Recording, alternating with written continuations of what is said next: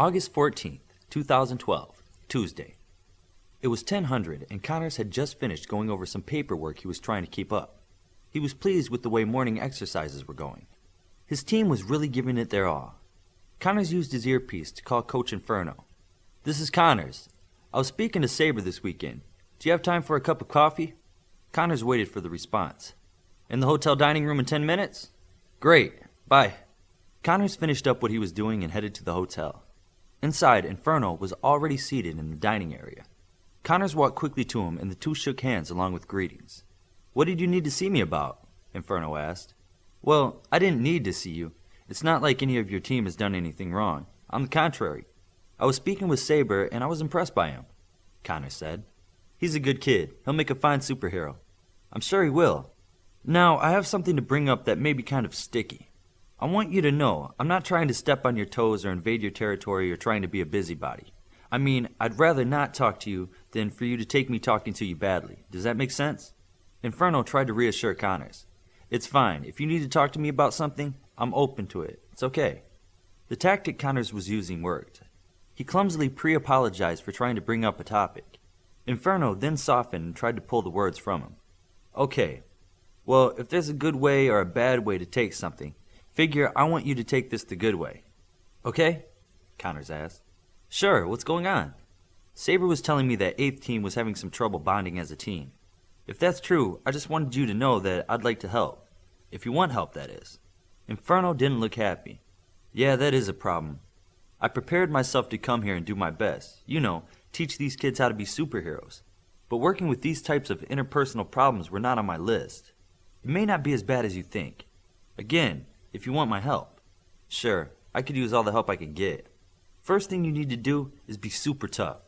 Don't give them time for idle luxuries like pettiness. Make them work together to get a reprieve from your harshness. Be the enemy if you have to be, but make them a team." Connor's words were a shock to hear. Then he added more shock. "You've tried to be kind and understanding, haven't you?" "Sure, who wouldn't? Coming to Alpha is a shock," Inferno said. "You're trying to be sensitive and politically correct in all the wrong things. When you're soft, they will try to expand their ownership of the situation. Take the kid gloves off and make them work for anything they get. If one of them screws up, you punish all of them. Only when they work together do they get any reward. So what you're saying is, be tough, be a drill instructor, be an unreasonable terror. They will stick together against you. Making a successful team is not a popularity contest." "Thanks, I think I'll try it. How do I start?" "I'm doing physical training in the morning, and your team should join in. On top of that, do room inspections. Cut off privileges when you hear any unkind words spoken," Connor said with conviction. "That sounds like a good start."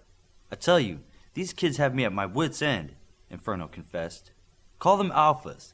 Think of them as alphas and not kids. Expect them to act like alphas and be disappointed if they act like kids. Also, I'm starting an advanced combat class in the evening for a few on my team. I would like your permission to invite Saber." "Not a problem.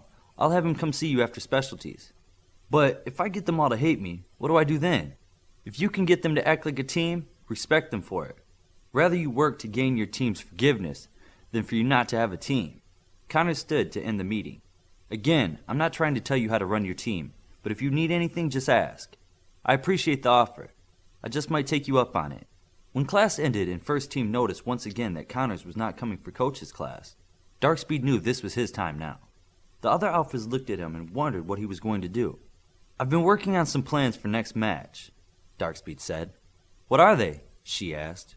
"They're not ready yet. For now, let's just use this time to get our homework done." "Have you made your mind up about Connor's combat training this evening?" Olympian asked. Darkspeed heard the news last night when he was still upset. He had said he wasn't sure if he wanted to go to extra training, but that was last night. "I came here to be a superhero. If the training will make me a better superhero, then I'm there." "Good." Olympian was happy with the answer and went back to his schoolwork. Directly after coach's class, all the teams went to the pit. 3rd team was taking on 4th team in a pins match. On 3rd team, Orbit stood front and center with Armory a few steps behind her.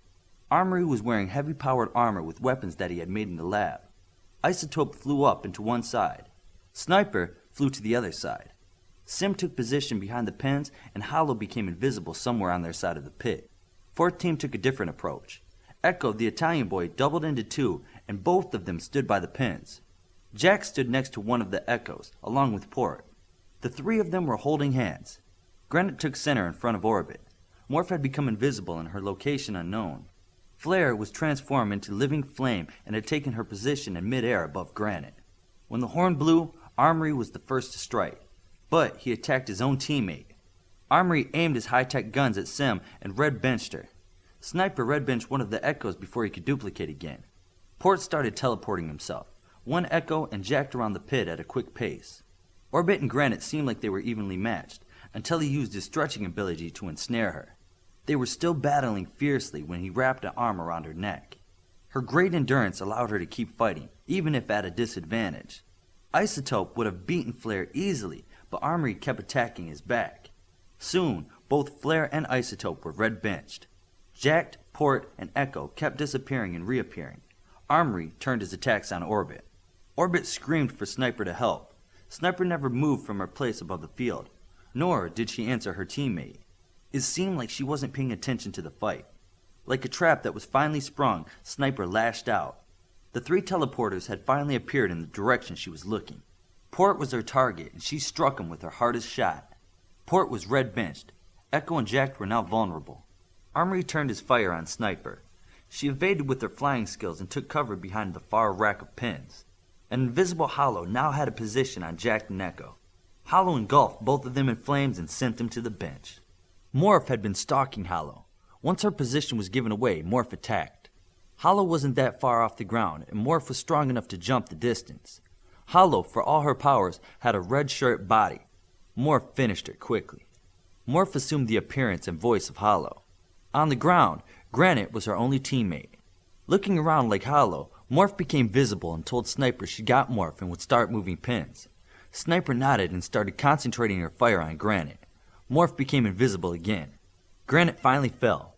Orbit, Sniper, and Armory congratulated each other on the victory. The second horn went off and Spurs shouted down into the pit. "Match goes to fourth team," he said. "You mean third team," Orbit said back. Sniper looked at the racks and saw the pins were on fourth team's side. She immediately knew her mistake. "Where's Hollow?" Morph looked like Hollow as she became visible next to fourth team's rack. She then turned back into her normal form. The lone stealth had won the match in the confusion. The alphas in the stands were wowed by the sneaky upset. It was a lesson for everyone. After dinner, first team was done with academic work. She knew she could squeeze a quick hour in at Lab 7. Other alphas used the vid phones and called home to eat up the time before 1930 rolled around. Connors was getting equipment and lighting ready in the pit when Olympian, Darkspeed, Midas, She, and Saber showed up. First team members looked on at Saber and wondered why he was there. "Get down in the pit, all of you," Connors called up to everyone. "Is Saber supposed to be here?" Darkspeed asked. "I talked to Inferno and obtained permission to invite Saber.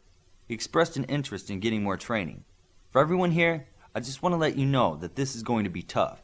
It will hurt, and I will have no pity for you. If this isn't for you, go back to the dorm now." The alphas stood firm. Darkspeed took the role of leader again. "We're all here because we want to learn. That's cute, but you better be here, in this pit now, because you want to learn to fight." "That's what he meant, coach," Olympian barked out. "Get harnessed." While getting harnessed, Midas received a call on his earpiece. "Hello? This is Lucy. Since you're in the pit, you'll be my tech. I need you to check the harnesses," she said. "Sure." Midas informed the others and did the checks. "You're all set. Connors had me make some modifications to the harness's parameters. I hope you know what you're doing." Midas looked at Connors, who was looking back at him. "I heard what she said," Connors said. "It's true." He spoke louder to make sure the others could hear. "You are here to learn how to fight, and I'm going to teach you. But I'm not going to teach match combat. You're going to learn the way we did back in the war, real combat. That's the way I trained Shogun. That's the way you wanted, right?" "That's what we wanted, coach," Olympian spoke for the group. "Your red harnesses have been adjusted. Only for mortal injury or death will they activate. If you get bones broken or knocked out, you'll lay on the floor of this arena. Back out now if you can't hack it."